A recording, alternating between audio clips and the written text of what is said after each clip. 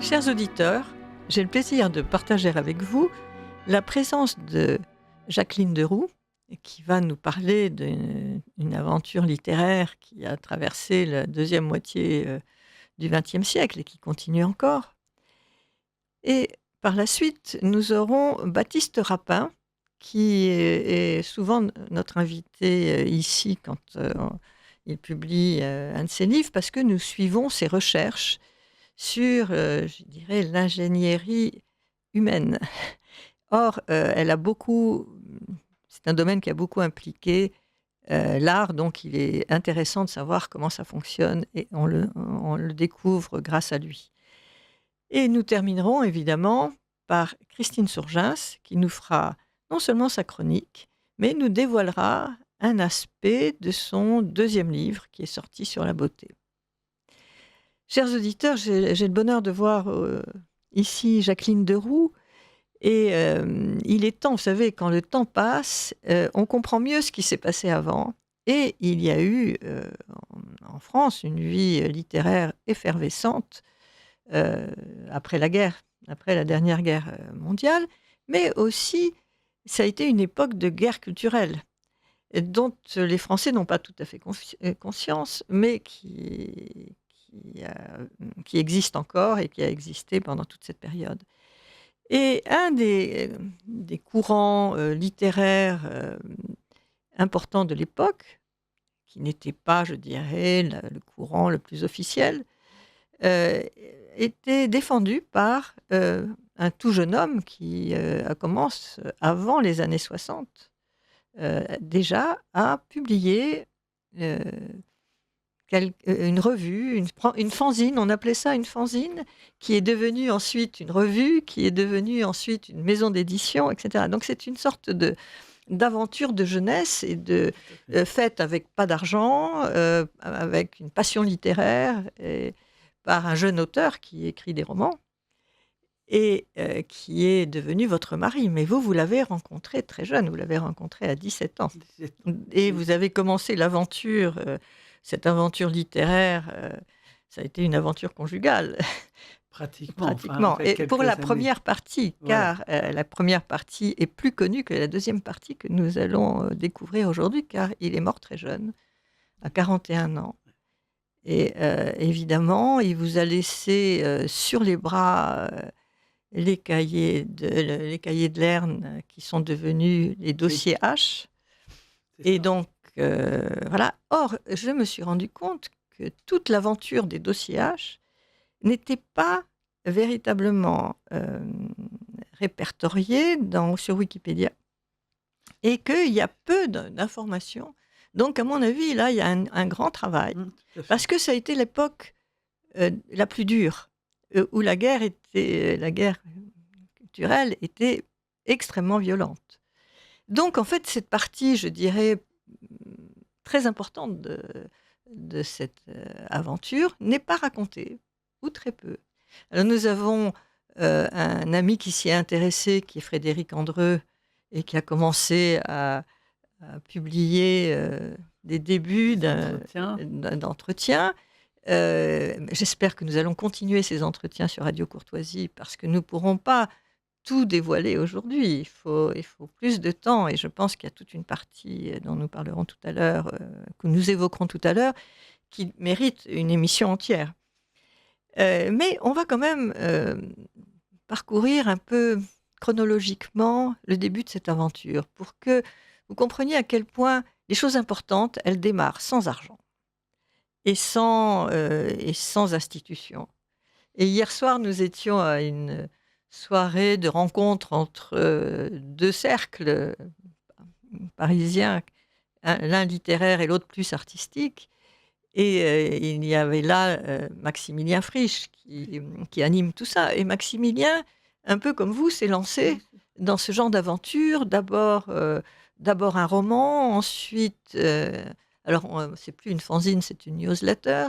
Et après, une revue papier. Et puis ensuite, une petite maison d'édition. Et tout ça sans un radis et sans aucune protection d'aucun genre, évidemment. Donc, vous voyez, On bascule.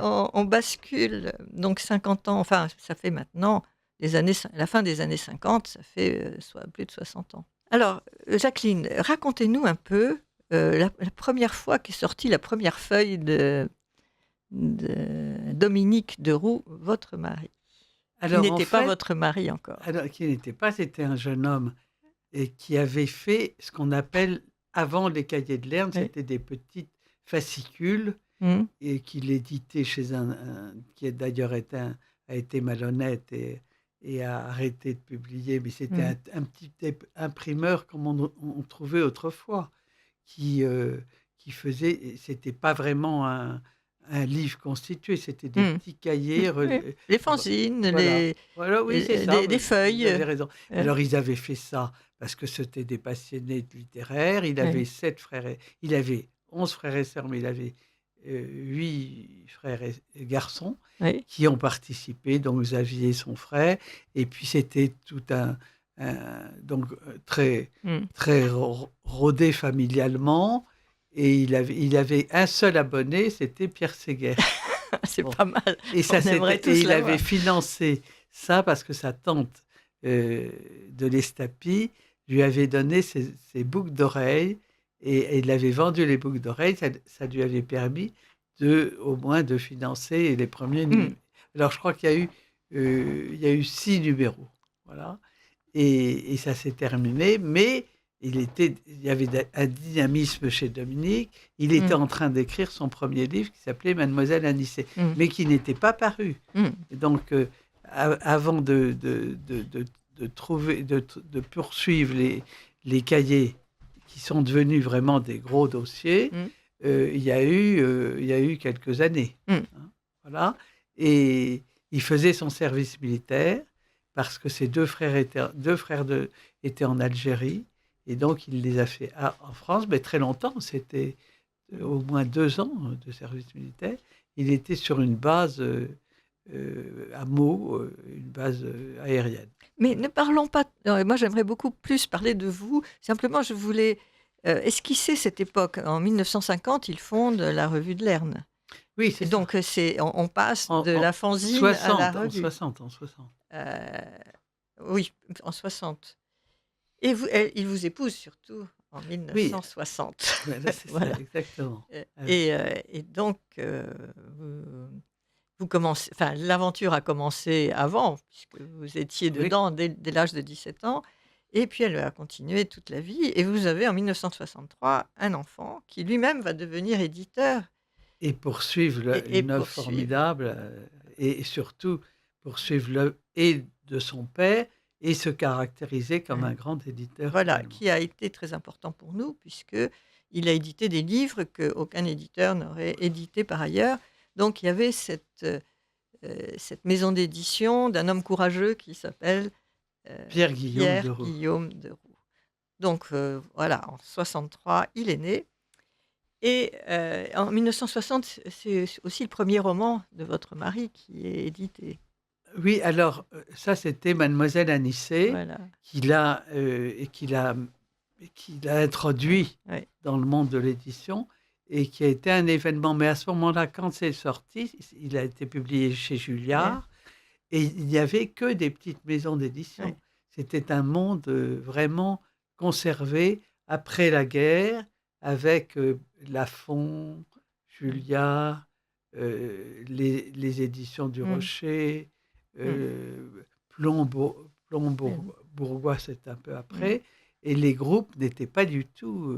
Encore Pas fait, du oui, et c'est ça. nous, Ouais, on a c'était vécu. pas, il n'y avait pas ce côté financier Non, et oui, rentabilité non, qui est pas du tout. devenu Et gestionnaire, voilà. Ouais, pas du voilà. tout. On pouvait C'était possible alors avoir. que quand Pierre Guillaume a voulu le faire, c'était beaucoup, beaucoup plus difficile. Voilà. Voilà. Ah oui, d'ailleurs, c'est ce Ouais. qui l'a quand même Un peu, abattu. un peu tué, Oui. oui. Parce qu'il est malheureusement mort il y a quelques Il années y a déjà. 2 ans, Il y 3 a ans. 3 ans. Voilà. Donc on a perdu cet éditeur courageux qui permettait, disons, une création, enfin comment dire, une littérature ou des essais créatifs qui n'étaient pas permis ailleurs. Alors, en comment dire, en 1963, il crée aussi sa maison d'édition. Donc voilà le départ. Oui. Votre mari crée C'est la prolongation des cahiers des de Lerne. petits cahiers Ouais. et il trouve sa formule, Mmh. au fur et à mesure parce que le premier cahier de Lerne, c'était sur René Guicadou Oui.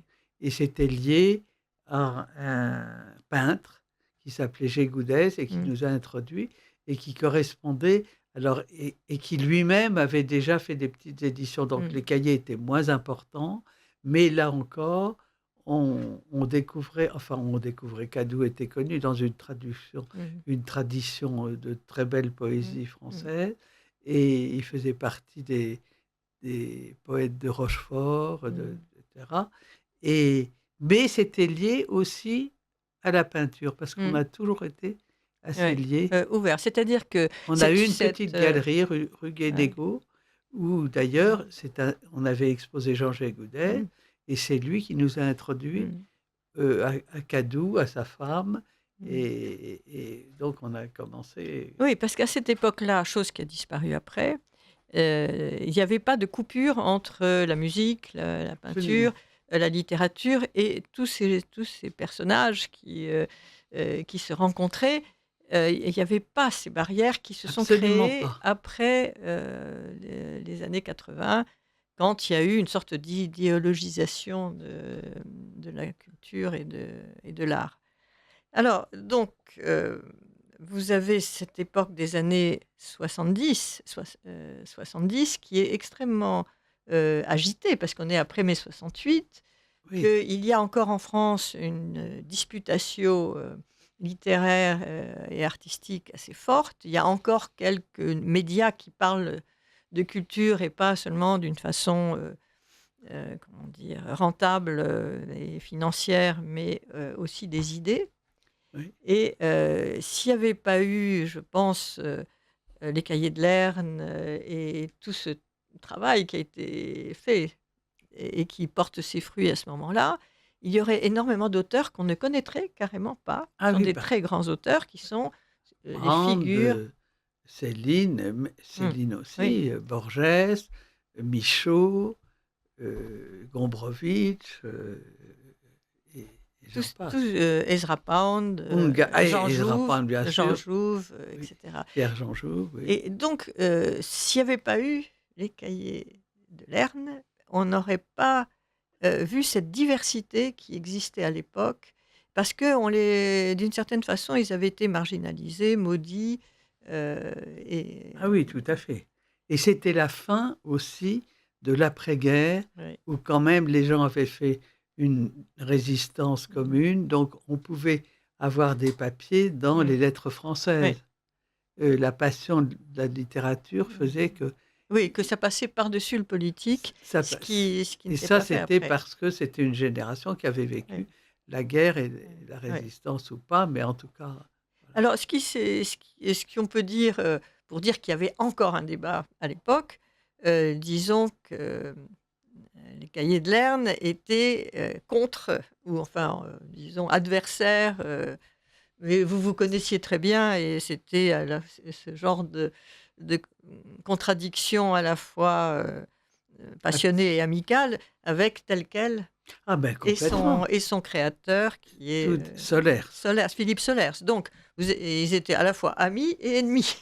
Je ne dirais Mais pas pas amis, amis, non, mais mais ils ont partagé, oui, des pass oui, ils partageaient la même ils étaient passion. capables de s'intéresser évidemment à Céline d'une façon Mmh, différente, mais à reconnaître aussi Pand mmh, mais à fermer mmh, complètement mmh, la littérature mmh, parce qu'ils ont et la Solers, il a imposé le nouveau roman, la restriction mmh, complète mmh.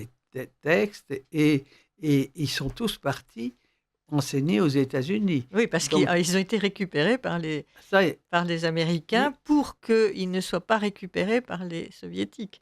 Donc ça a été un détournement des oui, j'avais intellectuels, pas pensé à ce que grâce oui, à, je dirais, on les célébrisait là-bas oui, ah et oui, on les, comment dire? On leur enlevait leur poison révolutionnaire, si on peut dire. Ah oui, c'est possible. Non, Voilà. je n'avais pas vu Mais ce... chose que tout ce monde de cette gauche n'a pas compris. Et elle s'est fait manipuler merveilleusement. Et c'est comme ça qu'ils ont gagné la guerre culturelle. Les Américains ont gagné la guerre Ouais, culturelle parce que plus personne n'est parti à Moscou. Le ouais. voyage à Moscou a été remplacé par le voyage à New York. Et les universitaires. Ouais, absolument, même chose. Et d'ailleurs, c'était les plus venimeux qui Ah, partaient comme, comment ils ah s'appellent? ben, les Telkeliens, ils Oui, étaient tous... tous. Et puis après, ça a été ce qu'on appelle la French Theory, heu, qui oui. sont partis là-bas. Ah oui, oui. Après et ça a été aussi, comment il s'appelle le sociologue, le célèbre sociologue, tous les noms m'échappent, c'est affreux. Bon, tellement connu que Bourdieu. Ah oui, Bourdieu. Alors Bourdieu, ben, il a fait sa carrière, il était, recruté aussi par les États-Unis. Donc il y avait tout ce mouvement Et, qui partait, et il y avait aussi une contre-attaque évidemment des soviétiques qui voyaient ça se faire sous leurs yeux oui, ça, j'avais... avec désespoir, si on peut dire. Et peut-être que c'est ça qui a fait votre malheur, on ne sait pas, parce qu'il va falloir, c'est toute une histoire qui reste à faire. Oui. C'est en 1973, vous avez, Constantin Takou qui Alors lui, débarque. il s'était introduit déjà parce qu'il habitait notre immeuble rue de Mmh, Bourgogne, et il s'était introduit à travers des Roumains amis mmh, qui étaient autour je donne pas les, enfin, ouais, ouais, comment, oui, Parvolesco, mmh, il s'était introduit en nous donnant des contacts avec des peintres contemporains mmh, pour faire la bibliophilie, la partie mmh, bibliophilique de l'Erne. Et petit à petit, il s'est introduit avec quand même de l'argent de sa femme qu'il avait, et comme un coucou, et on descend, comme nous avions la majorité et qu'on n'imaginait pas pouvoir, et en tout cas Dominique a été très mmh, innocent là-dedans, il n'a pas, moi je l'ai vu que c'était possible de ouais. ça. Il Et a acheté, il a acheté des parts des parts et de Cahiers de Lerne. sournoisement, en calomniant, Ouais. etc. Et il est devenu majoritaire. Et il a tué la revue en lui enlevant toute sa particularité. Si Ah ben, il a pris la mmh, place comme un mmh, coucou, et il a, oui, en lui enlevant et en étant beaucoup plus universitaire, ce qui oui, n'était pas du tout le mmh, cas oui, des Cahiers de Lerne. mmh, C'était Dominique, sa conception, c'était de demander des témoignages très divers, de faire appel aussi aux universitaires, mais pas uniquement. ouais, D'ailleurs, on voit les Cahiers Céline, il y a aussi bien le témoignage de celui qui s'occupait mmh, des chiens de Céline, que, voilà, mmh, que de tous ceux qui avaient tournicoté mmh, autour de mmh, lui et qui n'étaient pas du tout, voilà, et ce qui a mmh, donné l'originalité et, la variété, mmh. et justement l'aspect différent. Et en plus, il l'a dévalorisé complètement, votre mari. Et votre mari, du coup, a lâché prise pour les Cahiers de Lerne. Il est parti, il a beaucoup voyagé à ce moment-là. Ah ben Il a oui, il a été grand pris reporter. Il a ça là-bas. continué à Puis écrire. Oui, oui. Lerne, c'était aussi des amitiés, des passionnés, et ça a été un choc énorme Terrible, pour oui. lui. Et en effet, il est devenu grand reporter d'ailleurs.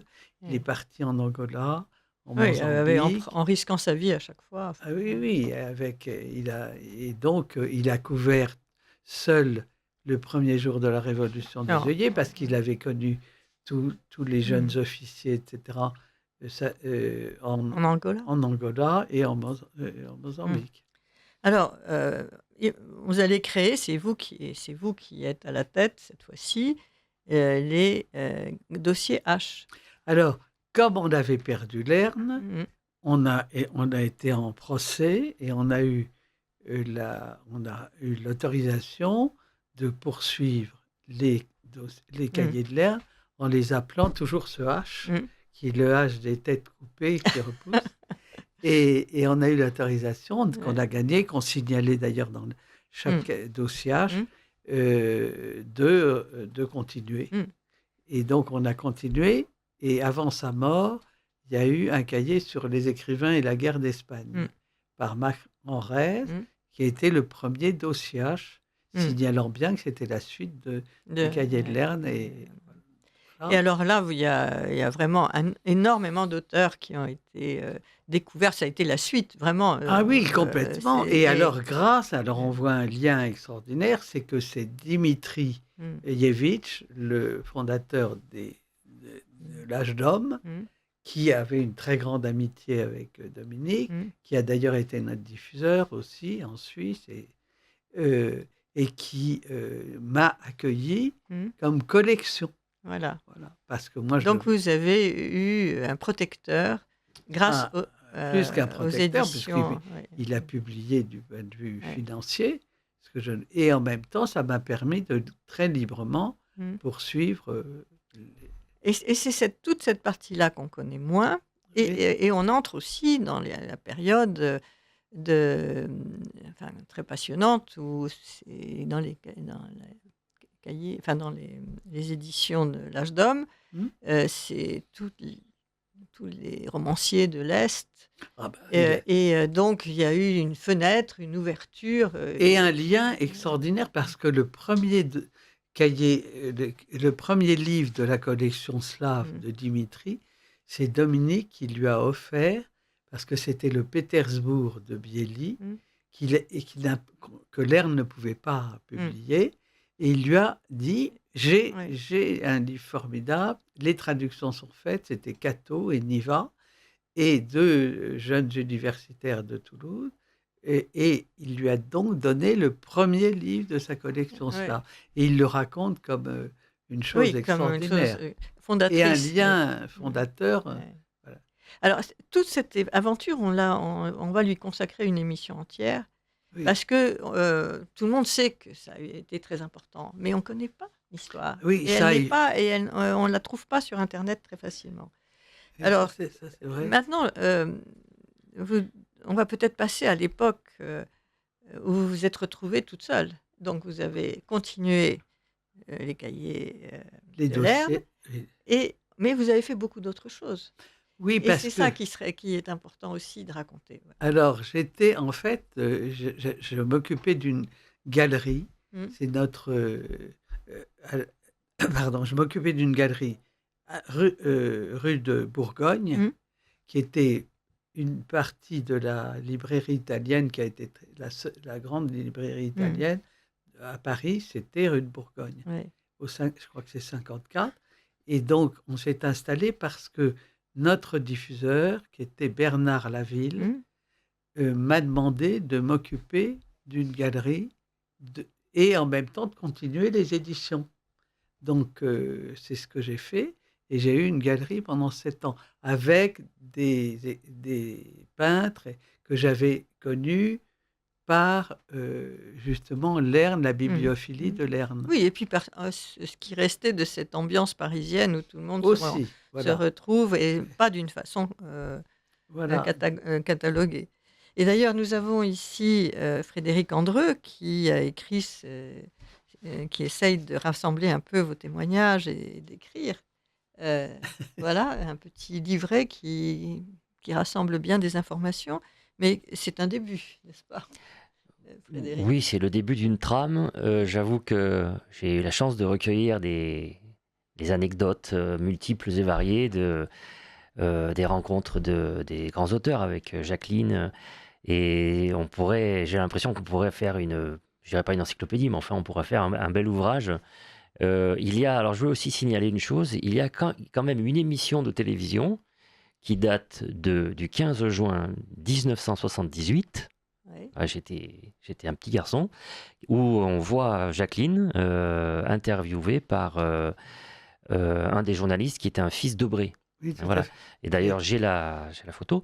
Bon, les auditeurs peuvent regarder cette émission car elle est archivée donc à l'INA.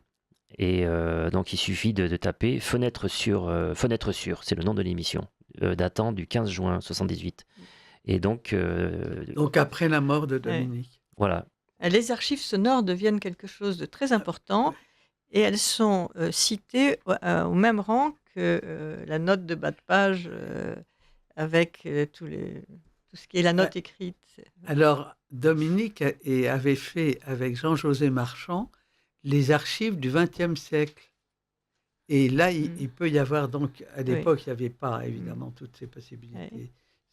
Et là, on a archivé des auteurs, Michaud, Borges, rue de Bourgogne, Ouais. et il y a des archives du XXe siècle. Sonores, qui sont Sonores. sonores, oui. Et ça, c'est très Oui. important. Et alors, elles sont quand même bien conservées. Ah On oui, les oui. trouve facilement sur Ah Internet. oui, oui, oui, justement. Voilà. Et on peut les citer quand on a à faire une note de bas de page pour, Oui, déjà pour prouver que c'est vrai. ils ont fait un travail très, Oui, très, très très important. soigné.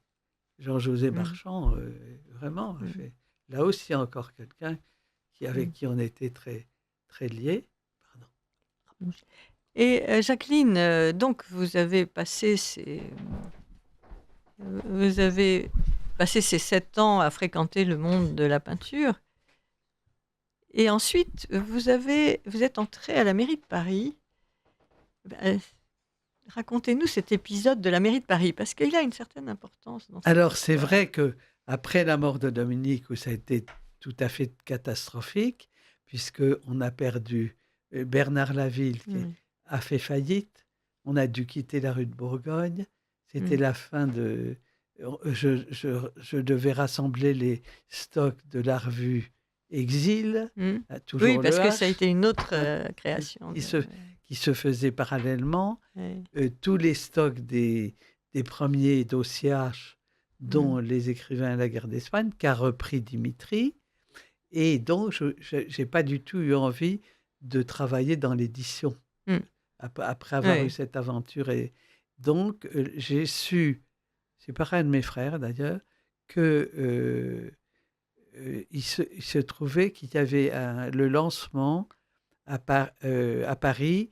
Le responsable culturel était comment s'appelait-il, sous Chirac, qui était Marcel Landowski, cherchait à faire une opération importante culturellement dans Paris, et qu'il avait fait, il avait pris contact avec un de ses amis qui était un chef d'orchestre lyrique qui s'appelait Francis Balagna, qui était à Toulouse, qui avait fait la réforme musicale en Midi-Pyrénées, qui était un personnage extraordinaire, et il lui avait demandé de constituer ce travail dans Paris, d'atelier culturel. Du Mais au soir. début, c'était une idée un peu banale. Et disons que c'est une tradition parisienne, c'est les ateliers du soir qui permettaient à tout le monde, même je dirais de toutes les classes sociales, d'apprendre à dessiner, d'apprendre... Et ça donnait à Paris des gens extrêmement habiles dans tous les domaines, le monde et en particulier du luxe, aussi. de l'artisanat et du luxe. Alors lui est arrivé au contraire constatant ce qui existait, mais en ayant une idée, une envergure extraordinaire. Ça a été les ateliers de la DAC, qui ont terminé par avoir 45 disciplines différentes, dans tous les domaines. Et surtout, c'était la fin. À ce moment-là, en effet, il y a eu aussi un passage extrêmement grave. C'était la fin de la transmission des métiers d'art. Et les gens, par exemple, la presse...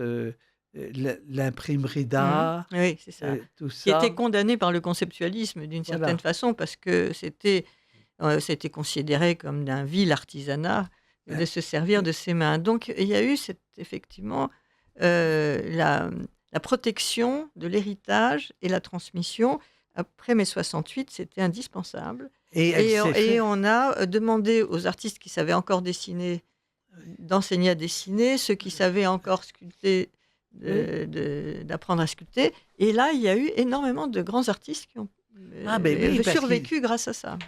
Et qui ont sauvé, et les ateliers de la DAC ont sauvé des disciplines comme la peinture sur porcelaine, la dorure, la dorure sur bois, c'était incroyable, hein. Il y avait, Et les mais c'est étudiants des beaux-arts qui n'avaient plus venez, d'enseignement venaient apprendre la perspective, l'anatomie. c'est ça. euh, Et alors ça, donc- c'était, oui. et donc, ils remplissaient carrément, on ne pouvait plus y aller parce qu'ils étaient plein d'étudiants qui ne trouvaient pas cet enseignement C'est aux ça, c'est ça. beaux-arts. Et alors, il y a eu également de nombreux ateliers tenus par des gens étrangers. Il y a eu, parce qu'on a fait la calligraphie. Par exemple, la calligraphie chinoise, Mm. donc était calligraphie Mm. arabe et calligraphie latine, car il n'y avait Mm. pas plus de... Il y avait un dernier des jeunes à Toulouse qui ont créé, qui ont sauvé la calligraphie latine. Mm. Et elle a été enseignée, et ensuite ils s'en sont beaucoup servis. Vous remarquerez dans la publicité, Oui, etc. beaucoup, oui, c'est Ouais. rentré dans les... Et Ah, ça, et ça, donc ça a été une grande époque, mais elle a eu une fin, malheureusement, parce que le maire de Paris qui a pris la suite, qui était un socialiste, a considéré que tout ça, ça faisait partie pas des complètement, vieilles parce choses. que Pas complètement, mais beaucoup. oui, mais Mm. alors ça a changé de forme, Mm. parce que c'était très autour d'une discipline. Mm. Il y avait des petits groupes, des Mm. petites associations dans chaque atelier, Mm. et ça, ils ont quand même Mm. modifié. Mm. Voilà. Mais ils ont quand même, parce que ça avait pris un tel poids, Mm. qu'ils ont appelé ça naturellement les ateliers, Paris Ateliers. Voilà. Et ça a été complètement récupéré par la mairie, Mm. alors que c'était indépendant, Mm. ce qui donnait une force aussi Mm. à cette aventure. Et c'est ce qui va... Vous allez du coup quitter...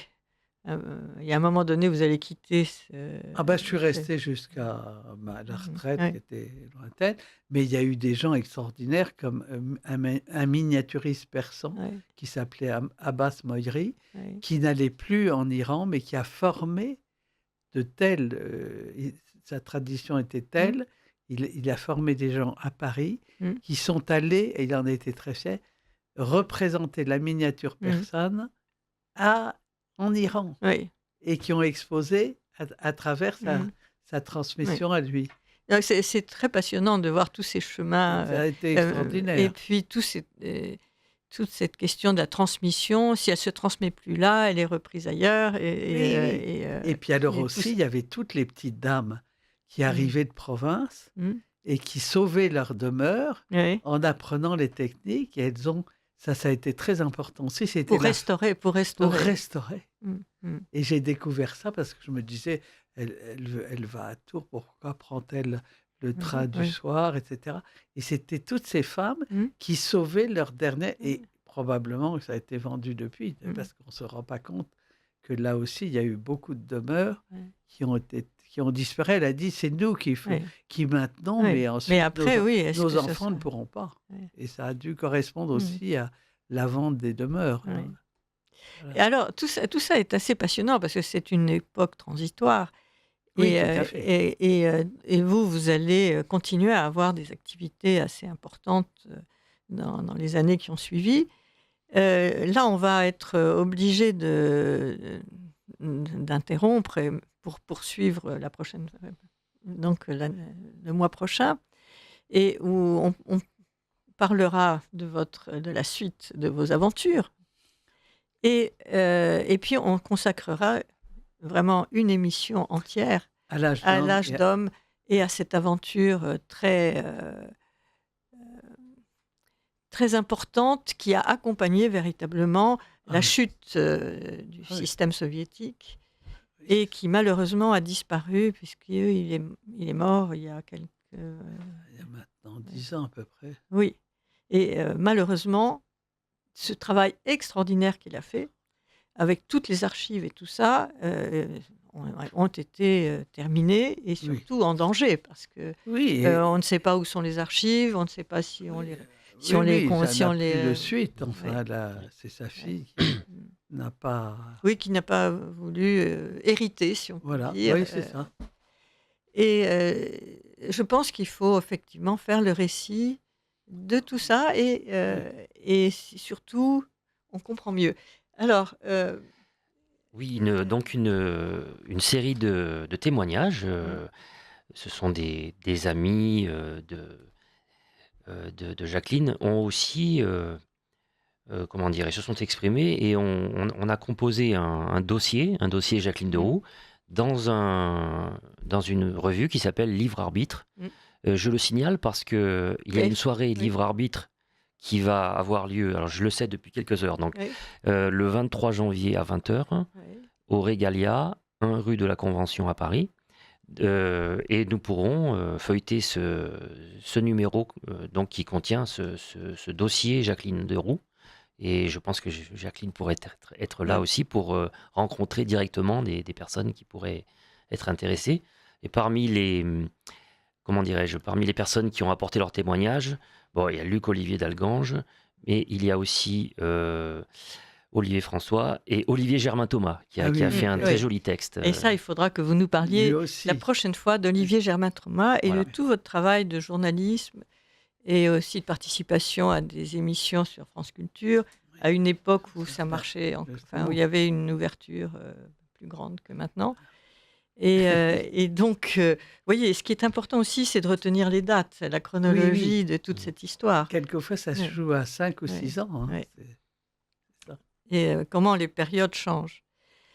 Et nous Ah allons... oui, parce que France Culture aussi, Oui. ça a été d'une ouverture. Or, il y avait Mm. des gens de toutes tendances. Hein. Oui, absolument. C'était- Mais c'était Mais ça on aussi. pouvait proposer vraiment. C'était l'ADN français. Toutes les Oui, tendances et la discussion est ouverte. ah oui. Mais tout Ah, d'un c'est coup, ça. l'ADN français a disparu Oui. pour l'art, pour la littérature, pour tout. Oui. Et donc, maintenant, on en est à la restauration, Oui, un de ces 4 avec matins, des. de la discute générale, de la discussion générale avec... Et puis, il y avait de l'esprit ouais. Oui, on pouvait et rire. de la gaieté. Oui. On pouvait rire. Et- Moi, je peux dire simplement un ouais. témoignage Oui. très court, c'est-à-dire que cette période où j'étais pas né, où j'étais très jeune, m'apparaît comme une période où il y avait encore du souffle. Quand Oui. on lit le Cinquième Empire de Dominique de Roux, on voit une voilure, enfin, il y a une voilure, j'allais dire même une voilure mythologique, puisque le Cinquième Empire, c'est à propos d'un retour d'un roi, et un souffle qui se perçoit encore même dans la phrase. Et une phrase très incisive et très déterminée. Et malheureusement, c'est vrai qu'aujourd'hui, ma génération en tout cas, qui sommes nés donc après cette aventure, on a l'impression que le souffle mythologique s'est transformé en idéologie. Je crois qu'un pays qui n'a plus de mythologie inévitablement devient idéologique. Meurt de froid, comme Et d'ailleurs, dirait... je voudrais signaler aussi une chose qui est peu connue par les Français, c'est que la France, en tant que nation, a un drapeau, mais n'a pas d'armoirie officielle. Ce qui dit beaucoup sur ce pays. Elle n'a plus d'armoirie officielle, j'ai vérifié la chose, et elle n'a plus vraiment de mythologie Mhm. de transcendance qui permet de soulever ce pays jusqu'aux étoiles. Et donc, ça devient un pays C'est un effectivement poète, très mécanique. Frédéric Andreu, qui parle. Chers amis, nous allons passer à un sujet extrêmement différent. Parce que on va parler, vous allez rire, de coaching. Voilà. Vous allez comprendre pourquoi. Radio Courtoisie ne vit que grâce à ses auditeurs. En faisant un don à Radio Courtoisie, vous lui garantissez une indépendance totale et la liberté de ton que vous ne trouvez pas ailleurs. Rendez-vous dès maintenant sur soutenir.radiocourtoisie.fr ou envoyez votre chèque au 61 boulevard Murat, 75 016 Paris. Bonjour Baptiste Rapin, vous n'êtes pas avec nous, vous êtes à Metz. Bonjour, oui tout à fait, je suis à Noiseville plus précisément. Voilà, vous êtes professeur de philo à l'IAE. Qu'est-ce que c'est que Oui. l'IAE? Dites-nous. Ah, on commence tout de suite à rentrer dans l'histoire. Les IAE sont des instituts d'administration des entreprises, Voilà. des composantes de l'université, mais je donne quelques éléments historiques pour planter le décor de l'émission. Le premier IAE a été créé en 1957 à Aix-en-Provence. Il y en a aujourd'hui presque 40, 38, sur tout le territoire français. Et les IAE ont été créés à la suite des missions de productivité envoyées aux États-Unis dans le cadre de la reconstruction d'après la Seconde Guerre mondiale. Et il s'agit donc d'imiter le modèle des business schools américaines dans l'université française. Nous sommes en plein management. Voilà. Donc, vous êtes une des figures du management avec une spécialité que vous avez étudiée tout particulièrement parce que c'est un des outils du management, c'est le coaching. Mais vous ne vous êtes pas arrêté à ça, mais c'est votre spécialité. Mais vous êtes un homme du général puisque vous êtes philosophe et que vous regardez ça avec la distance critique et l'étude de la réalité, si on peut dire. Est-ce bien ça? Oui, j'ai consacré ma thèse au coaching, donc je l'ai soutenue en 2006. C'est l'une des premières thèses, c'est la deuxième thèse qui a été soutenue sur ce sujet, à une époque où, en France, le coaching commençait à se démocratiser et à se répandre dans les organisations. Il faut donner une date, c'est toujours intéressant, c'est les années 90 en France. Alors en France, le tournant, je crois, c'est vraiment 1998 et la victoire de l'équipe de France. Les amateurs de football se souviendront qu'Aimé Jacquet n'a pas poursuivi l'aventure, qu'il a quitté ses fonctions de sélectionneur, et qu'en revanche, il est devenu consultant, consultant de luxe. Et c'est certainement lui qui, en France, donc là on est sur la conjoncture française, a lancé le mouvement du coaching, dont les racines sont évidemment plus anciennes. On va en parler. Elles remontent à la fois absolument. Nous allons parler de ça. Au New Age, et au sport. Exactement. Et alors, justement, c'est pas la première fois que vous nous parlez à notre émission. Vous êtes venu pour Herméneutique et sciences de la gestion, ou le deuxième livre au fondement du management, les origines cybernétiques du management, la théologie de l'organisation. Enfin, je me souviens, peut-être que je me souviens de cela en tout cas. Et pourquoi une émission qui s'intéresse à l'art va aller chercher un spécialiste du management et du coaching? Je sens déjà la question dans les yeux de mes auditeurs. Eh bien, c'est tout simplement parce que ça a concerné aussi très profondément le monde de l'art. Pas seulement du sport, mais le monde de l'art. Et je dirais aujourd'hui le monde de la santé et d'autres choses de ce genre. Et c'est là où nous en venons à votre très grand secours pour nous expliquer que ce qui paraît des méthodologies tout à fait, très concrète, enfin bref, où il n'y a pas d'idéologie, en fait est complètement chargé d'idéologie. Et c'est vous qui avez commencé à vous intéresser à cette histoire et à nous éclairer. Vous avez raison, c'est que le management se présente comme une technique neutre. Il n'y a pas de management de droite, il n'y a pas de management de gauche. Sa seule fonction, c'est l'efficacité. Donc, il se situerait sur le seul plan opérationnel. Or, les choses sont évidemment un peu plus complexes, ne serait-ce que parce que ce pragmatisme est lui-même une idéologie. Une philosophie. Voilà, plus que ça, exactement. Même. Plus que ça. Vous allez très loin. Vous dites, c'est plus qu'une idéologie, c'est une théologie. C'est une... Tout à fait. Oui, tout à fait. Et alors, pourquoi nos auditeurs, effectivement, qui écoutent une émission consacrée à l'art, devraient être intéressés? Parce qu'il y a en réalité un point de rencontre très précis entre le coaching, le développement personnel et toutes ces techniques psychocorporelles issues du nouvel âge. Et l'art, c'est le thème de la créativité. Et oui. Oui, ce qui est au cœur des processus de coaching. Bref, il faut prendre un peu le temps d'expliquer ce que ça vient faire dans le coaching. On se situe dans les années 60, en Californie, en 1961, et à Esalen, sur la côte californienne, pas loin de San Francisco, est créé un institut qui deviendra l'Institut Esalen, qui deviendra ou qui est devenu la grande mecque du New Age. On trouve parmi ses fondateurs Abraham Maslow, connu pour sa fameuse pyramide des besoins. On trouve Carl Rogers, qui est un psychothérapeute qui a mis en avant le besoin d'empathie pour les patients. On trouve Alan Watts, qui est un poète et d'autres figures. Et l'idée de Dessalines, c'est de réconcilier la science et la spiritualité. La science, c'est la cybernétique. Donc là, je renvoie nos auditeurs à nos précédentes émissions, mais la cybernétique apparaît dans les années 40, et c'est la science de l'information et du contrôle des systèmes par la maîtrise de l'information. C'est input, et output, la spiritualité, oui.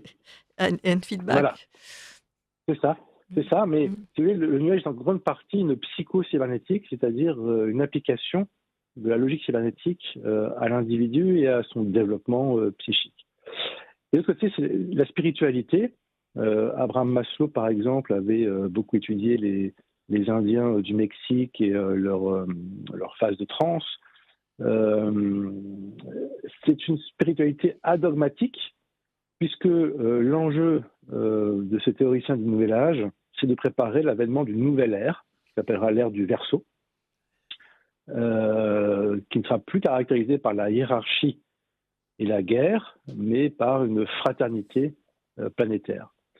Et cet institut a fortement influencé le mouvement hippie, et les historiens ont bien montré que les hippies un peu plus âgés sont à l'origine de la Silicon Valley dans les années 80 et donc de toutes les modes actuelles du management.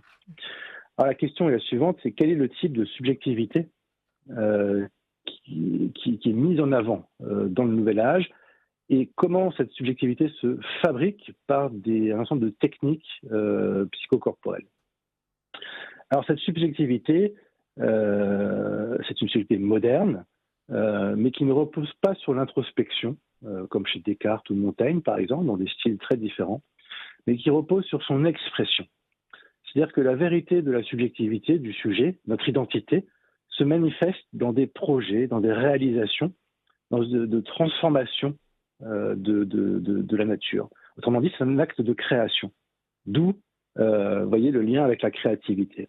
Et donc, toutes les techniques qui vont être mises en œuvre pour que ce sujet devienne lui-même à travers ses réalisations vont, l'aider à s'exprimer dans le monde par la maîtrise de la respiration, par des exercices de visualisation, par de la méditation, et aussi par des techniques psychologiques comportementales encore utilisées aujourd'hui, de la programmation neurolinguistique, qui est née dans les murs Dessalines, l'analyse transactionnelle, qui est née juste à côté, à 15 km à Palo Alto, la Gestalt thérapie, plus tard on aura la process communication, qui est une évolution de l'analyse transactionnelle.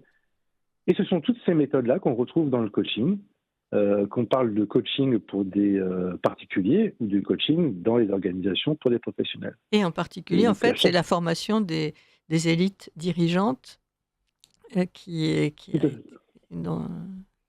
sont concernées par ça. C'est-à-dire comment contrôler, soumettre des gens qui ont le pouvoir. Oui, alors le coaching, effectivement, il a aussi une fonction politique, en ce sens que son développement intervient après mai 68, pour le dire de façon symbolique, parce qu'en réalité, il faudrait dire que c'est une façon de gouverner les populations à l'âge de la postmodernité, c'est-à-dire au moment où l'autorité étant remise en cause, la direction des hommes par les ordres et la verticalité est de moins en moins possible. Donc le coach est effectivement un tiers par lequel on peut passer pour faire intérioriser des normes à autrui. Vous voyez, c'est ce qu'on peut appeler au sens étymologique de la séduction. Séducérer, c'est en fait détourner quelqu'un de son chemin. Voilà. Donc le coaching, en fait, détourne les coachés de leur chemin et cela par l'intériorisation des normes et des buts de l'organisation. Parce qu'évidemment, quand une organisation prescrit un coaching, le but à atteindre, ce n'est pas celui de l'individu.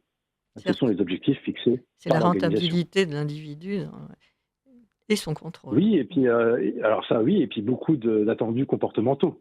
Ce qu'on appelle le savoir-être de façon, comment dire, c'est un terme qui voile en fait ce dont il s'agit. C'est-à-dire qu'on demande aux individus de s'adapter en permanence au changement, à autrui, d'être ouvert sur les autres. Donc la subjectivité qui s'exprime et qui est authentique est ouverte elle est transparente. Et tout cela, évidemment, n'est pas naturel. Certes. Voilà. Il y a une hypocrisie dans ce soft power, parce que c'est ça, c'est-à-dire c'est l'illusion qu'il y a un pouvoir doux. Oui, et c'est un soft power à plusieurs niveaux. Ouais.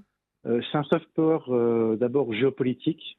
Celui-ci, je crois qu'on l'omet généralement, mais les origines du management et du coaching sont américaines. Absolument, et sont dans les laboratoires qui ont été ceux de la CIA à un moment donné. Oui, alors par exemple, Carl Rogers, dont je parlais tout à l'heure, a collaboré avec la CIA à un certain nombre d'expérimentations liées à l'atteinte des états de conscience par la prise d'hallucinogènes. Ça, c'était toutes les années 50. Voilà, années 50, mais c'est un programme qui derrière s'est perpétué dans le cadre du New Age. Quand vous prenez la fameuse pyramide de Maslow, je prends cet exemple-là parce qu'elle est assez célèbre. Tout en haut de cette pyramide, on trouve la réalisation de soi.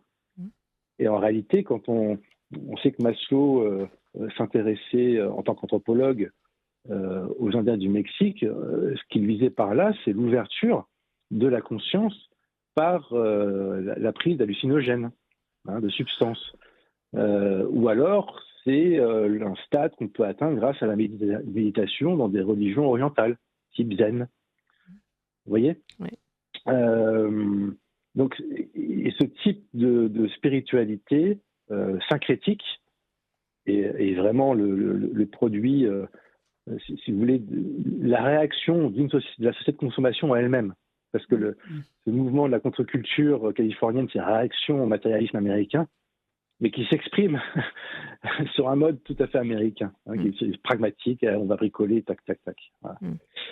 Et le soft power s'exerce également, donc ça c'est la géopolitique, mais c'est également à l'intérieur des organisations, et ça j'en ai parlé, c'est le coaching comme vecteur d'intériorisation des normes et des buts de l'organisation. C'est ça, parce que tout le système qui se met en place, c'est plus les lois qui sont politiques, ce sont les normes.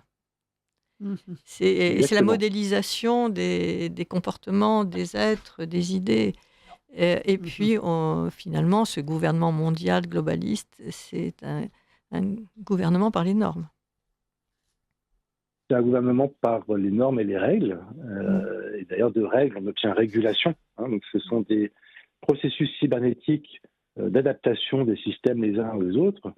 Toute la question étant de dire, mais qui fixe la finalité de ces systèmes ? Qui tient le gouvernail ? Voilà, qui tient le gouvernail ? C'est la bonne question, puisque cybernétique provient du grec kubernétiquer, qui était l'art du pilotage des navires. Donc, c'est effectivement la question du gouvernail et donc du cap, qui fixe le cap. Vous avez raison. Et vous parlez de ce besoin anthropologique qui vient des premiers âges de l'humanité de transmettre. Et le coaching est une forme de transmission particulière. Il y a une transmission qui soumet. Et vous, dans ce livre, alors, parce qu'il faut parler de votre livre, Les enjeux anthropologiques du coaching, c'est le volume 2 de ce travail, qui sont édités aux éditions Ovadia, voilà, et dont vous avez une collection sur ces sujets qui s'appelle la collection Les Carrefours de l'être. Parce qu'effectivement, toute votre étude, c'est l'être. Qu'est-ce que l'être ? Et vous dites bien, dans le coaching, il y a une partie de l'être qui n'est pas prise en compte.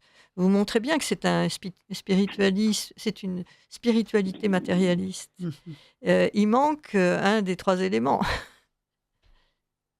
Et c'est pour ça aussi que il y a un chapitre qui est consacré au fait que le coaching c'est pas mal, mais à condition que on soit au courant de toutes les ambiguïtés et qu'on lui enlève justement son ambiguïté. Oui, Hannah Arendt avait une phrase que je trouve remarquable pour décrire la modernité. Elle disait à la place du concept d'être, on trouve celui de processus. Ça, c'est fou. Oui. Donc, je répète, à la place du concept d'être, on trouve celui de processus. Et en fait, c'est bien ça qui se passe dans le management, le coaching. Alors, le management c'est évident, puisqu'on n'arrête pas de parler des processus de l'entreprise, des process même, s'il faut le Et dire. vous savez qu'en art également, il y a toute une idéologie du process. Vous vous rendez compte, même en art, même dans la musique. Oui, il y a aussi une théologie du processus. Bref, et donc, je trouve la phrase de Hannah Arendt remarquable, et ça, on le trouve bien dans le coaching, parce que certains pourraient laisser entendre qu'il s'agit finalement d'une nouvelle forme d'initiation adaptée finalement à la postmodernité. Mais ce dont il est question dans les processus initiatiques, c'est bien de niveau d'être et par des techniques spirituelles, mais aussi par des rituels collectifs, gravir cette échelle des degrés d'être. Dans le processus, dans le coaching, il est simplement question de processus, c'est-à-dire d'adaptation à son milieu.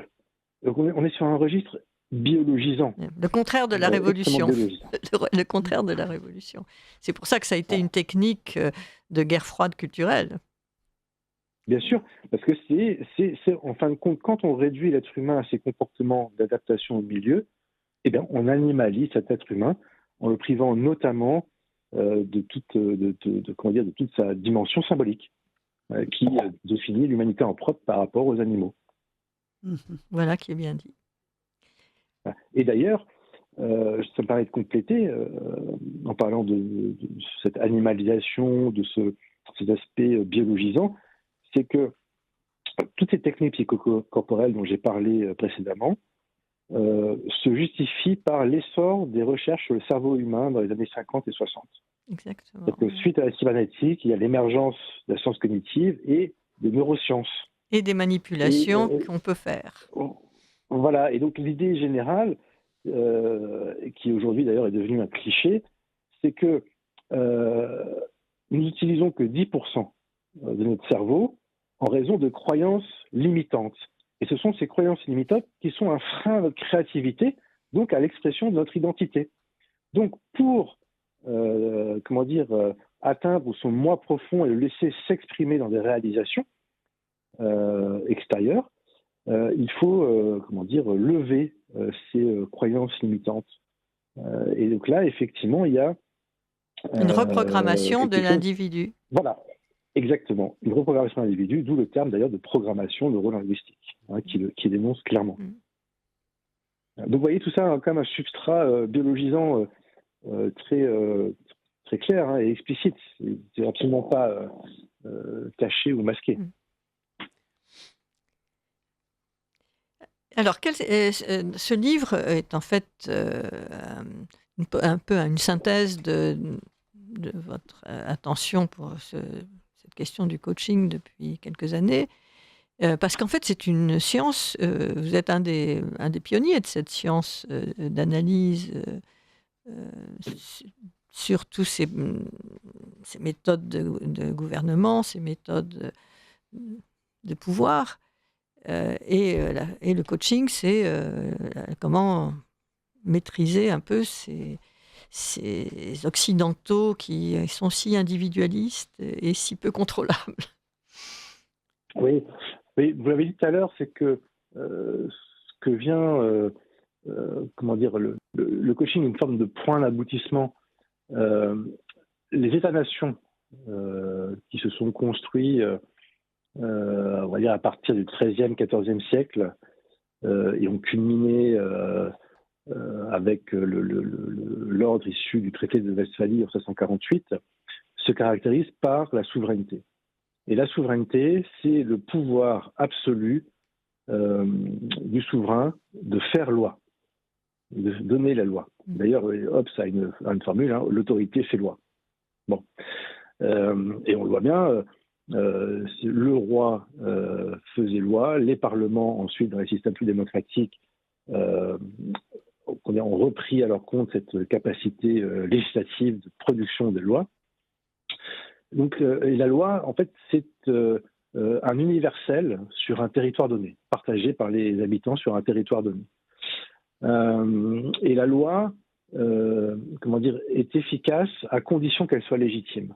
Hein, d'où, quand on est en monarchie, l'importance de la transmission intergénérationnelle, ou alors des types de suffrage quand les démocraties. C'est cela qui confère la légitimité au pouvoir, donc à la loi, et qui permet à la loi d'être obéie. Et au fur et à mesure qu'on se rapproche de notre époque, la souveraineté, au moins depuis la Première Guerre mondiale, mais si ce n'est avant, entre en crise. Donc les États-nations entrent en crise, mais il n'en reste pas moins la nécessité politique de gouverner les populations. Et donc si on ne peut plus passer par la souveraineté, alors il faut trouver d'autres moyens, et ça a été parfaitement théorisé par deux Américains dans les années 1920, Walter Lippmann, grand spécialiste des médias, journaliste, intellectuel, et Édouard Bernays, qui est un peu plus connu que Walter Lippmann, qui en 1928 a commis son fameux Propaganda. Et qui n'est mort, donc il n'est mort qu'au début des années 90. Ah oui, il a été très actif, et en France, on n'en parlait pas. À Sciences Po, on n'en parlait pas. Alors qu'il était actif. Très peu. Moi, je m'en souviens. Et donc, le sous-titre de Propaganda, c'est « Comment manipuler l'opinion en démocratie ». Comment manipuler l'opinion en démocratie. Et Bernays explique que les sociétés industrielles sont devenues si complexes que leurs enjeux fondamentaux ne sont pas perceptibles par les populations. Donc, il faut laisser les experts trouver les bonnes solutions à nos problèmes, et ensuite convaincre, ou plutôt influencer les populations de telle sorte qu'elles suivent les avis de ces experts. Vous voyez, on est sur la mise en place en fait, d'une technocratie, technodémocratie, et Bernays le prend comme un fait. Et donc toutes les sciences sociales et humaines vont être mises au service de ce projet d'orientation des représentations des populations.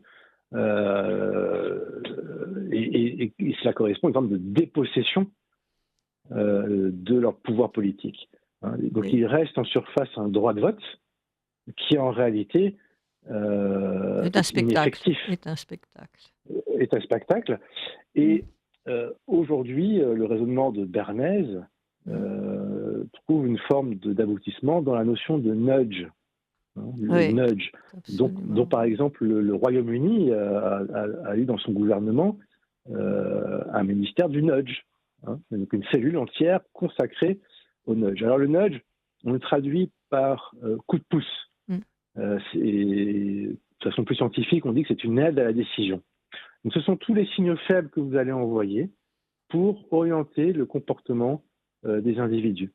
On a eu, par exemple, un déferlement de nudge pendant la période Covid, pour convaincre les gens d'adopter certains comportements de distance les uns vis-à-vis des autres, pour les inciter à les vacciner, etc., etc. En fait, ça a été un terrain d'expérimentation d'une manipulation de masse. Aussi. Voilà. Et donc là, de Bernays au nudge, pour le résumer, on a la mise en place d'un nouveau système de gouvernement des populations qui ne passe plus par la souveraineté et la loi, mais effectivement par l'ingénierie comportementale ou l'ingénierie sociale. Ça, c'est un terme que les anthropologues utilisent à partir des années 1940. Donc, c'est un terme qui est d'abord scientifique, qui a disparu un peu des radars, mais qui refait surface maintenant. C'est un vocabulaire qui était déjà en place dans le ministère de la Culture. On a parlé d'ingénierie culturelle. Oui, mais tout. Et déjà dans les années 70, je ne sais pas, 80 en tout cas, sûrement. Peut-être pas 70, mais 80. Oui. Et puis, à l'école, à l'université, c'est l'ingénierie pédagogique. L'ingénierie est partout. Et l'ingénierie, qu'est-ce que c'est? Pour rebondir sur ce que nous disions auparavant, c'est un processus. C'est un processus rationnel. Et d'ailleurs, tous les séminaires de créativité, on va reparler un petit peu de créativité, qui émergent à partir de la fin des années 60, début 70, sont en réalité des séminaires de résolution de problèmes. Donc la créativité, c'est un processus structuré de résolution de problèmes. Bon, vous voyez que l'équivoque, le terme est équivoque, parce qu'il fait référence au moins en creux au monde de l'art, ou peut-être à la figure de l'artiste, le créatif, alors qu'en réalité, c'est un processus ingénérique. Absolument. Extrêmement rationnel. Mais qui a vraiment été utilisé d'une façon systématique et tout à fait consciente. Baptiste Rapin, malheureusement, nous devons terminer notre échange maintenant, mais nous comptons beaucoup sur vous pour peut-être nous éclairer davantage sur cette question de ce piège de créativité qui a pris la place du mot création et la différence entre les deux. Et si vous êtes d'accord, nous serions très heureux de vous entendre sur ce piège sémantique. Mais bien volontiers. Et sur toutes les techniques qui sont employées derrière pour ça. Alors, vous voyez, chers amis, auditeurs, amateurs d'art et artistes, que vous devez commencer à vous renseigner sur comment vous êtes manipulé et acheter ce livre, Les enjeux anthropologiques du coaching de Baptiste Rapin aux éditions Ovadia. Et nous poursuivons dans les mois qui viennent cette conversation sur la manipulation, sur ces mots de création et créativité. Merci Baptiste Rapin pour votre travail qui nous éclaire. Chère Christine, donc vous êtes vous aussi au loin. Mais vous êtes toujours là, fidèle au poste pour la chronique, évidemment. Et aussi pour nous ouvrir un petit peu le deuxième livre qui vient de paraître. Voilà, on verra qu'il y a des formes de manipulation aussi dans les registres esthétiques. Mais avant, je pense que Jacqueline Drou est encore dans votre studio. Bien sûr. Je voudrais la remercier parce que moi, je fais partie des gens qui ont suivi les cours à la DAC. J'ai suivi des cours de peinture d'icônes avec le père Georges Drobot.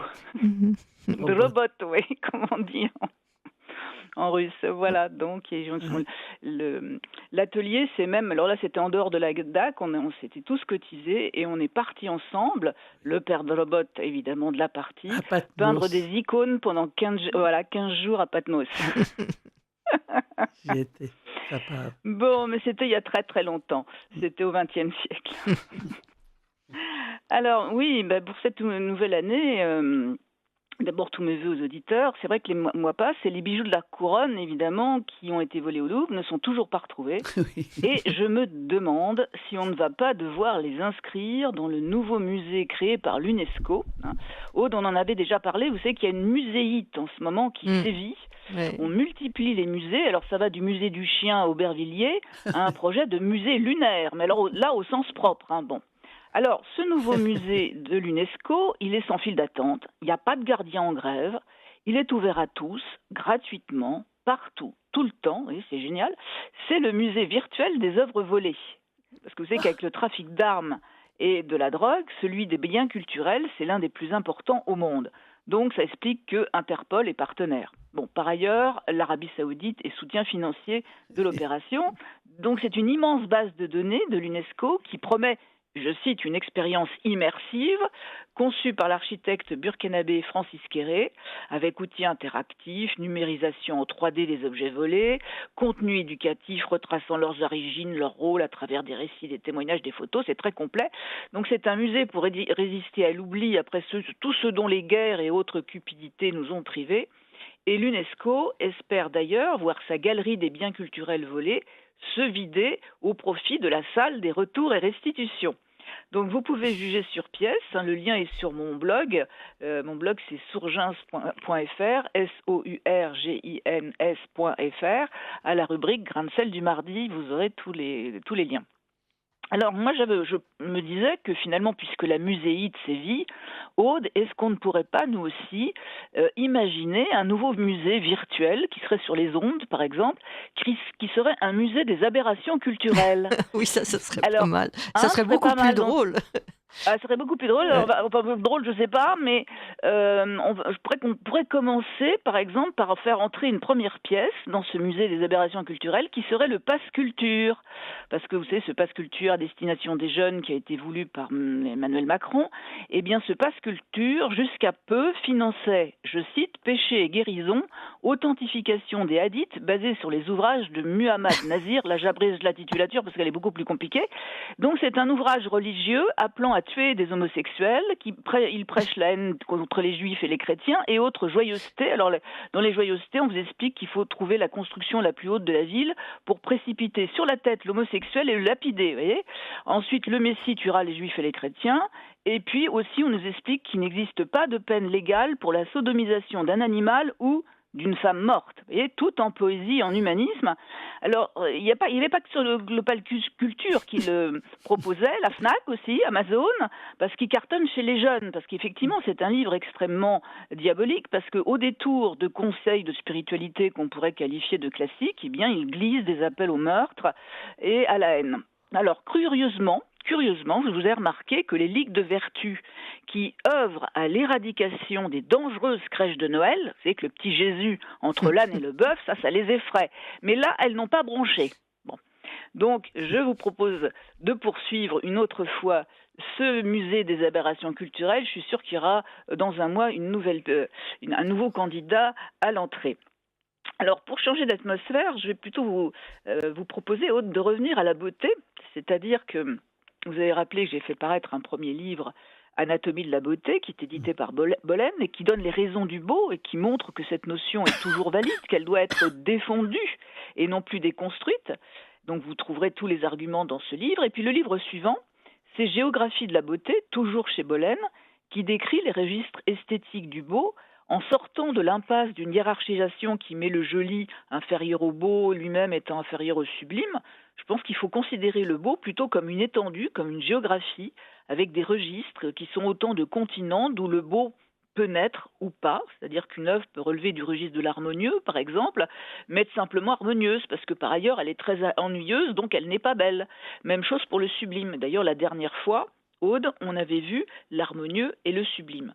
Alors, je vous propose aujourd'hui d'esquisser le joli et le kitsch, en précisant bien sûr que tout l'art de l'artiste est souvent de mélanger les registres, de travailler, je ne sais pas moi, entre l'harmonieux, le joli, par exemple avec une pointe de kitsch, pourquoi pas. C'est très ouvert, la géographie du beau, avec ces plaques continentales qui glissent, qui se télescopent, et chaque artiste peut aménager son territoire. Alors le joli, eh bien le joli, il est souvent perçu comme un diminutif du beau. Le joli préfère la petitesse à la grandeur. Par exemple, vous avez ça dans les tableaux de Boucher, comme celui de la toilette, où vous avez des petites midinettes du XVIIIe siècle, à la dernière mode, dans un intérieur douillet, qui s'occupent aux menus plaisirs du quotidien, qui sont détaillés par le peintre très minutieusement. Et le XVIIIe a opposé le joli à la grandeur, à l'énergie du beau, et l'encyclopédie, que Diderot avait mis la main, le précise, c'est à l'âme que le beau s'adresse, c'est au sens que parle le joli. L'un étonne, éblouit, persuade, entraîne, l'autre séduit, amuse et se borne à plaire. Et les Goncourt voyaient dans le joli l'essence du siècle de Louis XV, la caractéristique du bibelot et du style appelé plus tard Pompadour. Donc à cette opposition beau-joli succédera dans la seconde moitié du XVIIIe, on l'avait vu, l'opposition du beau et du sublime qui continuera au XIXe. Bon. Cependant, un critique comme Baudelaire ne méprisait pas, je cite, les artistes exquis qui, pour n'avoir peint que le familier et le joli, n'en sont pas moins de sérieux historiens. C'est pourquoi d'ailleurs le peintre de la vie moderne, qui est vanté par le poète, n'est pas le grand Delacroix, mais Constantin Guy, qui débusquait le nouveau et le singulier dans des scènes quotidiennes pittoresques de son temps, avec des dessins, des encres, des aquarelles, des lithos. Il chroniquait la vie parisienne. Donc, plutôt que de penser systématiquement le joli comme inférieur, comme un beau inférieur, si vous voulez, ou incomplet, je pense qu'il faut le penser comme spécifique. Vous voyez, c'est un voisin apparenté qui n'est pas sans subtilité, avec des intersections possibles avec le beau ou pas, parce qu'après tout, une œuvre ou un objet peut simplement vouloir être joli, point à la ligne. Alors, qu'est-ce qu'on peut donner comme exemple ? Eh bien, la plupart des peintres naïfs ou du dimanche entrent dans la catégorie du joli, dont la tonalité affective est le bonheur. Quand vous pensez par exemple à la carriole du père Junier du douanier Rousseau, on a cette tonalité-là. Mais le douanier Rousseau, lui, il va s'en distinguer du seul Joly, parce qu'il se rêvait à l'égal des grands peintres académiciens de son temps, tel Gérôme, et quand vous regardez son allégorie de la guerre à Orsay, vous trouvez qu'elle n'est pas sans un parfum d'épopée qui vient de la grande peinture, mais revue et corrigée. C'est-à-dire qu'ici, chez le douanier Rousseau, le joli résonne comme une modalité du beau. Et dans ses ambitions de faire du Jérôme, eh bien, le douanier, il a magnifiquement échoué, mais il en fait quelque chose de personnel, et son ambition de grandeur rend majestueuse ses forêts également, par exemple. Vous savez qu'il disait à Picasso, nous sommes les deux plus grands peintres de notre époque, toi dans le genre égyptien et moi dans le genre moderne. Vous voyez, ça donne l'ambition de quelqu'un qui ne voulait pas se cantonner au joli. Bon. Donc le joli, ça peut être aussi l'enfance du beau. Vous avez beaucoup d'œuvres de Paul Klee qui recherchent des qualités germinatives ou primesautières, ludiques. Il y a une œuvre que j'aime beaucoup de 1922 qui s'appelle Machine à gazouiller. C'est-à-dire qu'en fait, il a inventé Twitter avant Twitter, Paul Klee, et c'est une œuvre légère, avec une espèce de grâce aérienne et un zeste d'humour. Et puis vous en avez d'autres, comme Pleine Lune, par exemple, qui est plus construit, c'est-à-dire que là, le mignon, le charmant passe par des recherches cubistes, c'est-à-dire qu'il y a aussi de l'harmonieux, il n'y a pas que du joli. Alors le joli, c'est aussi le goût du lisse, de l'arrondi, des transitions progressives, des formes douces, des couleurs pastel, de la lumière veloutée. Et là, on pense à Marie Laurencin, qui développe un style élégant, appliqué au modèle féminin, avec des yeux en amande, qui sont indolentes dans un monde de camailleux. Et il y a une œuvre que j'aime beaucoup, qui est La Songeuse de 1910, qui appartient au musée Picasso, parce qu'elle était quand même dans les collections de Picasso, ce qui prouve que ça intéressait l'ogre qui était Picasso. Et si ce style fait merveille pour un portrait d'enfant, il y en a un qui est très célèbre, c'est le portrait qu'a fait Marie Laurencin de la jeune Anne Sinclair, dont le caractère de la future journaliste transparaît, et avec beaucoup d'économie de moyens. Donc ça, ça fait partie des réussites, si vous voulez, de ce registre. Mais c'est vrai que ce registre, il a également des défauts ou des talons d'Achille. C'est vrai que le doucereux menace l'esthétique de la douceur. Si jamais, par exemple, des personnages adultes sont peints avec des grâces de poupée, alors on peut considérer que le joli quitte le beau, qu'il vire au mièvre. Et c'est vrai que les faiblesses du joli, c'est de devenir trop maniéré, trop onctueux, et le goût du joli peut mener à la fadeur à ce moment-là. Alors si le joli est plaisant, le kitsch, lui, est souvent complaisant. Alors, kitsch, ça vient d'un mot allemand. Alors, il y a plusieurs mots allemands candidats. Il y en a un qui veut dire bâclé et l'autre qui veut dire camelote. Ça donne déjà une idée. Et le kitsch apparaît vers 1860-70 en Bavière, en lien avec le maniérisme de Louis II, dont les châteaux, à l'époque, étaient perçus comme une parodie du Moyen-Âge. Évidemment, aujourd'hui, on ne dirait plus la même chose. Et c'est vrai que longtemps, kitsch signifia mauvais ou absence de goût, ou, pour le dire plus simplement et plus honnêtement, les choses qu'on n'aimait pas. Et Abraham Moll, qui a écrit sur le kitsch, classe même Viollet-le-Duc, vous voyez, à l'époque, dans le kitsch. Et ça a nui très longtemps à cet architecte. Le kitsch est aussi lié à l'émergence, oui, surtout lié à l'émergence d'une population qui veut imiter la bourgeoisie ou l'aristocratie, sans avoir les moyens intellectuels ou financiers d'acquérir autre chose que des ersatz qui sont fournis par l'industrie à bas prix. Et l'art religieux a viré dans le kitsch très tôt. Alors là, vous pensez aux objets dits saint-sulpiciens, c'est les Vierges en saindoux, plus tard le Christ dans une boule à neige, par exemple. Tout ça, c'est fabriqué en série et pour pas cher. Et l'Église y a vu une démocratisation et donc a laissé faire. En fait, le kitsch, il en fait trop ou il en fait pas assez. Et il est souvent un amoindrissement du grand art par toutes sortes de procédés, dont l'altération des matériaux. Vous prenez une statue de Michel-Ange, je parle l'esclave, et vous le faites non plus en pierre, mais en plastique, vous voyez, pour mettre dans un jardin. C'est toc, c'est m'as-tu vu, donc kitsch. À l'inverse, une matière précieuse appliquée à un sujet dérisoire, par exemple un Mickey en marbre de Carrare, c'est kitsch aussi. Dans beaucoup de produits dérivés vendus dans les musées, vous avez la taille, le changement d'échelle, la gadgetisation qui peut produire du kitsch. Alors, je sais pas, moi je pense au sphinx en porte-couteau, ou en cale-porte aussi, c'est bien. les poupées Barbie, même les êtres vivants, le caniche pomponné, tout ça, ça peut être kitsch. Alors le kitsch, il a l'air sympa, il a l'air rigolo, il a l'air anodin, puis on se dit bon, c'est pas très beau, mais enfin c'est pas grave. Eh ben détrompez-vous, parce que derrière le kitsch, il y a une idéologie. C'est tout être est un jouet et la vie est un jeu. Au fond, le slogan « L'art, c'est la vie », c'est une affirmation très kitsch. Et on vit une période où le kitsch est un des styles de vie les plus répandus sur la planète. Alors ça va des chansons à l'eau de rose à la littérature de gare, en passant par les nanars au cinéma, les gadgets publicitaires, parce que le kitsch fait vendre en infantilisant, c'est un style très mercantile. Alors attention, il ne faut pas le confondre avec l'art populaire, que l'on voyait jadis au défunt musée des ATP, des arts et traditions populaires près du jardin d'acclimatation à Paris. C'était l'art des artisans, des paysans d'antan, qui souvent acclimatent le grand art, mais évidemment avec une pauvreté de moyens. Mais là, il y a une humilité qui exclut la suffisance, le clinquant propre au kitsch. En revanche, au milieu du XXe siècle, les masses médias prennent en main la culture populaire qui s'y trouve caricaturée, et c'est alors que l'équivalence entre kitsch et art populaire tend à s'établir, en particulier avec le pop art, qui est abréviation de art populaire, pop art, qui est kitsch par les couleurs pétulantes et l'ambiguïté, parce que le kitsch ment, on l'a vu, il ment sur les matières, il ment sur la taille. Or le pop art prétend dénoncer le kitsch de notre société de strass et paillettes, de consommation, par le kitsch. Il dénonce le kitsch par le kitsch, qui aboutit à pratiquer ce qu'on dénonce et à répandre encore plus de kitsch. Alors, à supposer que la boîte de soupe Campbell de Warhol soit une satire, cette image de boîte de soupe agrandie aux couleurs vives se perçoit plutôt en emblème triomphal, parce que la distance critique, c'est plus facile à percevoir à l'écrit qu'à l'image. L'image a toujours tendance à imposer sa présence. Et Warhol va être un grand diffuseur de kitsch avec l'excuse qu'il le fait exprès. Et là, on parle de Kemp. Et Warhol, d'ailleurs, en a fait un film qui s'appelle Kemp en 1965. Bon. Sous ces gères ingénues et sentimentales, inoffensives, le kitsch a un rapport avec la propagande. Alors, je ne vais pas développer, vous lirez dans le livre Géographie de la beauté le menu détail de ces démêlés avec les nazis et puis les communistes.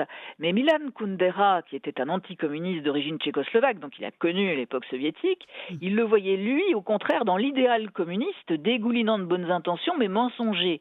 Et Kundera dira que la vraie fonction du kitsch est alors d'être un paravent qui dissimule la mort. Et si vous prenez les sérigraphies de Warhol sur Mao en 1973, l'effroi ou la méfiance que devrait inspirer un dictateur s'efface au profit d'un dirigeant pop qui n'a jamais existé. C'est-à-dire que le kitsch transforme le tortionnaire en glamour. Alors on parle parfois à propos de Warhol de sublime du kitsch, mais moi je pense au contraire que Warhol démontre la puissance anesthésiante, ramollissante du kitsch qui cache la négativité de la vie ou de son sujet ou de son modèle et désarme alors qu'il faudrait réveiller les consciences. Donc le kitsch pourrait être dangereux pour un système oppressif s'il le mine de l'intérieur, mais là le Warhol travaillait à l'extérieur du monde communiste, donc finalement le kitsch devient complice par édulcoration. Alors aujourd'hui, la figure la plus kitsch, c'est plus la pin-up. Ça a longtemps été la pin-up ou la bimbo, c'est peut-être la drag queen. Or, les spectacles de drag queen sont liés à l'idéologie queer, LGBTQ, etc., où les amateurs et sympathisants, d'ailleurs, sont appelés non pas amis, mais alliés. Donc, vous voyez, c'est un vocabulaire guerrier. Et donc, vous voyez que toujours ce rapport entre combat politique et kitsch. Alors, dans l'art contemporain, évidemment, c'est un registre très pratiqué parce que subvertisseur. Wim Delvoye, par exemple, va créer une pelleteuse néogothique. Ça permet de caricaturer un style identitaire qui est associé au catholicisme et donc d'en finir avec tout ce qui a de la consistance en l'enlisant dans le dérisoire du kitsch. Et depuis que Koons a exposé à Versailles ses jouets pour milliardaires, par contagion, on lit partout que le palais est kitsch. Alors qu'avant, on disait que Versailles, c'est grandiose, éventuellement, baroque peut-être parfois, mais kitsch, non, jamais. Depuis Koons, oui. Parce qu'il l'a dit. Parce que c'est lui qui l'a dit. Il l'a dit. Et les photos qui circulent toujours de ces grands jouets, de ces chiens ballons, etc., gigantesques, démesurés dans les salles, rendent effectivement les salles kitsch. Donc, Koons a dit que quand on aura vaincu la folie du monde, on organisera une grande fête, alors avec ses fleurs gonflables, ses lapins, ses chiens ballons, etc. Et il conclut en disant « Mon travail s'inscrit dans ce futur-là, clair, propre, joyeux, après un grand coup de balai dans le passé. Vous voyez, fin de citation. Derrière le cool, le fun du kitsch se cache une radicalité, un refus de tout ce qui n'est pas divertissant et qui est tenu pour impureté.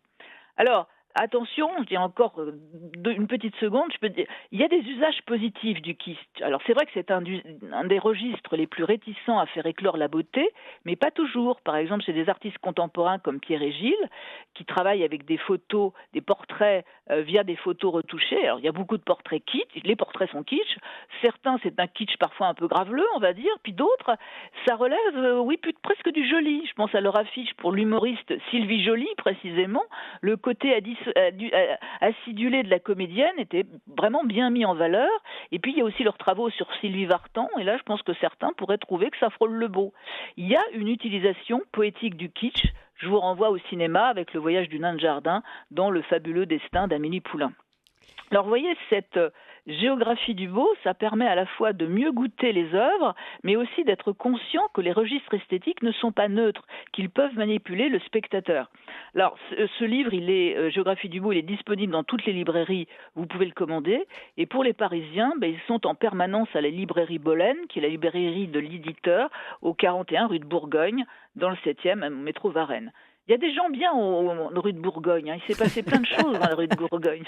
Merci Christine pour tout ce que vous nous avez dévoilé. Chers auditeurs. Et puis sinon, il y a toujours le blog surgens.fr. Vous retrouvez les chroniques, les grains de sel. Vous pouvez vous inscrire, c'est gratuit. Chers amis, je vous dis donc à dans un mois et je vous montre les livres dont nous avons parlé aujourd'hui.